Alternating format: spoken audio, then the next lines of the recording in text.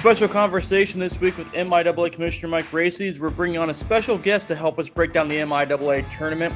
He is the Executive Director of the Sports Commission out of St. Joseph, the St. Joseph Sports Commission, Brett Esely. And Brett, you've been around the MIAA for a very long time too.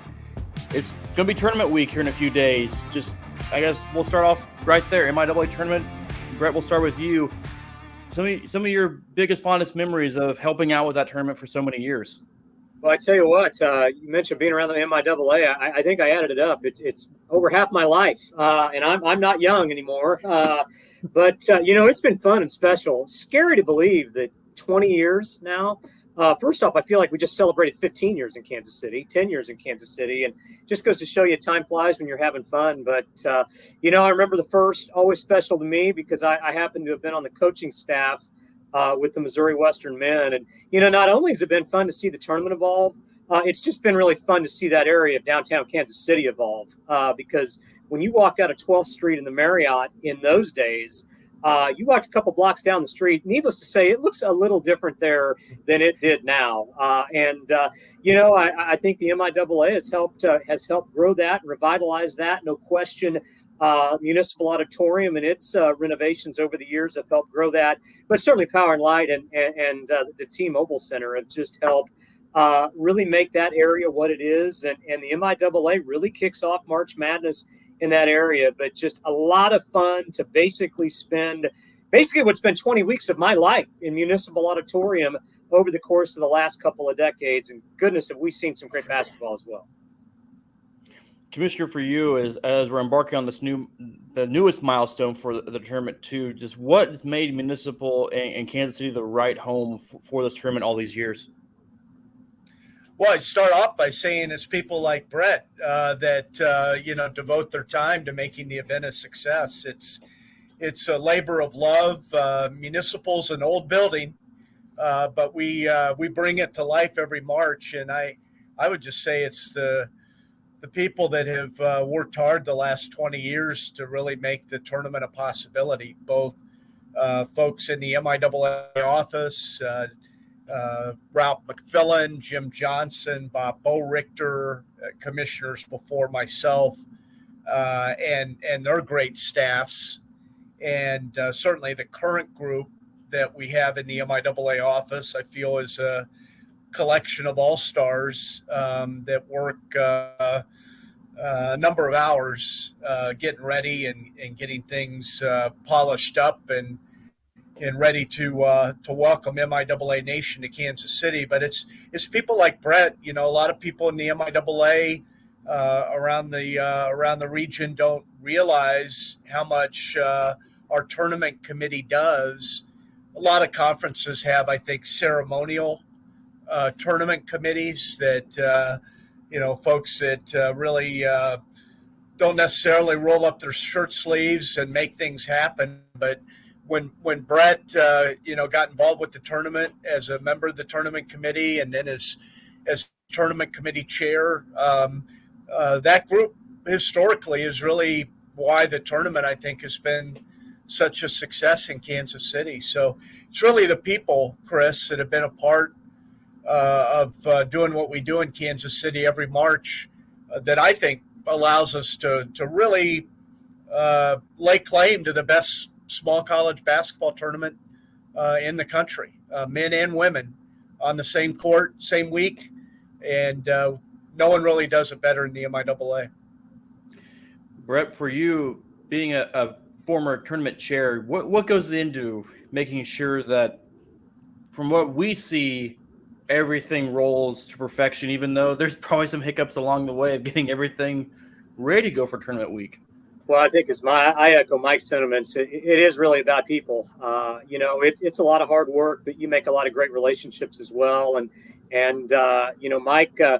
Mike mentions the work of the committee, but the conference office staff makes it really easy for the committee, quite frankly, because whereas there's a lot of execution tournament week from a number of folks, Mike and his staff, before Mike, obviously, Commissioner Johnson and Ralph McFillin, Dr. Bob Richter, those folks and the staff do a tremendous amount of work that leads up. And And I don't think you really get a good sense of what that looks like until you've lived it, until you've worked in athletics. When you think about the folks that converge on Kansas City, you're really managing 20 travel parties between 10 men's teams and 10 women's teams that for some, they know they're going to play past this weekend. But for a lot more, it really is win or go home. So you've got seniors in that mix that this is going to be their last experience. In some cases, you've got coaches that, maybe their last experience as well, whether they are retiring, moving on, you never know. But, I think that area of Kansas City, regardless if you're coming for basketball or not, we are really blessed and spoiled by what that area of Kansas City gives us. And not to mention, I don't know that Kansas City sits right in the middle of the MIAA footprint, but if it doesn't, it's pretty darn close. And so, whether that's the travel from Northwest Missouri, that's the travel from Edmond, that's the travel from Kearney. I even say that when I'm promoting our own area, when we're after events here in St. Joseph, you can get to KC. I don't know that all roads necessarily lead to KC, but before the season starts, you can plan that weekend. And it's become a tradition for a lot of people to come downtown. And even if your team gets eliminated early or you're there till Sunday, you have a lot of folks that make that a traditional weekend. And I think that's just another piece that makes it so special in downtown. So Municipal Auditorium, like we kind of talked about earlier, an older building. It's been around a while, but it's seen a lot of historic basketball moments too. Is the MIAA being a part of this is kind of a cool experience as well because of the NIAA has been there. I mean, there's been huge basketball tournaments and championships won there for so many years, and having the MIAA there, does that kind of also help the experiences knowing the history of it too? Yeah, I'll start. I'll say that it does. Absolutely, Chris. In college basketball circles, there are a few iconic places. Locally, we have a few of them. Allen Fieldhouse down the road, but Municipal Auditorium is known by sports writers, historians, and basketball coaches as a place that a lot of great moments and magic have happened. It really came home to me, Chris, when I was, I think it was my first year as commissioner, and one of the early days in the tournament, I think we were moving stuff in before the tournament committee even came, and there was about 4 or 5 people that were walking around Municipal in the upper 200 section. I went up there to see what was going on, and they were driving through Kansas City on their way back to Los Angeles, and they were UCLA fans. And they had to stop by Municipal Auditorium on their way back to LA because they wanted to see the place that John Wooden won his first national title. It was kind of a bucket list thing for them to be able to walk around Municipal Auditorium. And we take that for granted, I think, sometimes in the MIAA. We don't realize the ghosts of basketball that fill that venue. And it does make it special, in March for us to kind of tip things off in Kansas City with the NAIA and the Big 12, and every so often an NCAA regional or some big March Madness game that Kansas City gets to be part of. We're first. We get to go first. We're the ones that get to start the madness in Kansas City, and that's special as well. Well, Mike, I'd add, and there's still a lot of people that say, really? Is that really true? And this record will be broken probably sooner than later with Indianapolis's allegiance to the men's Final Four. But to date, Municipal Auditorium has still hosted more NCAA men's Final Fours than any other venue across the country. And people are like, really? Seriously? Now, obviously, that's been a number of years ago. And I'm not sure the younger generation really appreciates that like maybe the three of us do. And yes, Chris, I'm lumping you in our generation as well. Okay. But the history speaks for itself when you walk in. And hey, let's be honest. There's some things over the course of the last 20 years that haven't changed much about the building. But But there's a lot of things that have too, anywhere from lighting to scoreboards to LED functions that are in the building now. When you walk in, it just feels like a big time environment. And I can tell you, again, in looking at some other conference tournaments across the country, I think more and more tournaments at our level of Division II athletics are going to neutral sites.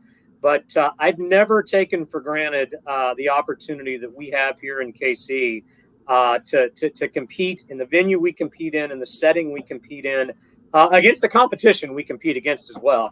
That's the other piece to that. But very exciting, and it just really is the total mix that we've been very, very fortunate to have here. Last question for both of you. We'll get out of here after this one. For a basketball fan that's never been to the MIAA tournament, what's the reason why they should experience this one this year? Well, Brett hit on it a little bit, Chris, but, when you look at where MIAA schools are ranked nationally, we've got a couple of men's programs in the top 10. I think the last national ranking had Northwest at 2, Central Oklahoma at 7. Right behind them, you've got Emporia State, you've got Hayes just on the outside, Missouri Southern on the outside. We'll it depends on how things go next week, but there's a chance that we get 3 or 4 schools on the men's side into the NCAA regionals, and then the women's side. Goodness, I talk a lot about the Massey ratings in Division II, and Massey had NCAA Division II women's basketball, I think, with 6 teams in the top 18 from the MIAA conference. And I saw a team in Maryville, Missouri last night that's going to probably finish 7th in our conference that put 95 points up on the scoreboard and sure looked like they could win a lot of Division II conference basketball tournaments. So whether you're coming down for the men's games in the afternoon, Chris, or the women's games in the evening, or all of the games, all 18 games over 5 days, you're going to see great basketball. And the thing I tell my friends in Kansas City, you're going to see great basketball being played by a lot of young people, men and women, that went to high school in and around the Kansas City area. So you're going to see local college elite players that are playing at the highest level for the highest stakes, an NCAA tournament berth. And it's going to be, if you love basketball, the price is right. It's family friendly. You're close to the action in a historic venue. I don't know what else I can say to promote this tournament, but it's great basketball for sure. Mike, I think you said it perfectly, and I don't know that I've got much more to add to that other than it never fails every year. There's going to be 20 teams in Kansas City total between the men and the women, and realistically, I think any of the 20 have an opportunity to at least move on past their first round game. Maybe not run the table, but at least move on past the first round game. And I don't know a lot of conferences across the country that could say that, but I would just say too is, goodness, Kansas City just has it going on. That area of town is one of my favorites, not only in Kansas City, but anywhere across the country. For me personally, I can be there in 55 minutes. You can park the car. There's always something new in that area. Not to mention, once you park the car, you can go watch afternoon games. You can go grab a bite and a cold one down the street. And you could conceivably do that differently every day of the championship. Yep. And I'm ready to get it started. It's a fun time of year. And even if you don't pay very much attention to basketball any other time of year, you're familiar with March Madness. And you need to get to Kansas City and Municipal and check out these games. I would add, too, the weather forecast looks pretty decent. We've had some MIAA tournaments where you didn't want to get out of your car and walk a few blocks to Municipal. That's not going to be the case next week. They're saying low to mid 50s, sunshine, not rain in the forecast. And as Brett said, park down by Johnny's. Start the Absolutely. day at Johnny's, grab a beer, lunch, come watch some basketball, finish the day at Johnny's, and it's a special place. And I hope a lot of people that are somehow connected to the MIAA, alumni, fans, parents, boosters, whatever the case, we've got more than 100,000 of them in and around the Kansas City area. Come watch some basketball. You'll be glad you did. Absolutely. All I heard was shorts weather next week, so that'll be fun for me.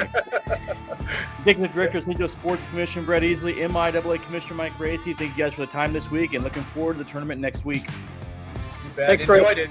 Thank you. Appreciate it.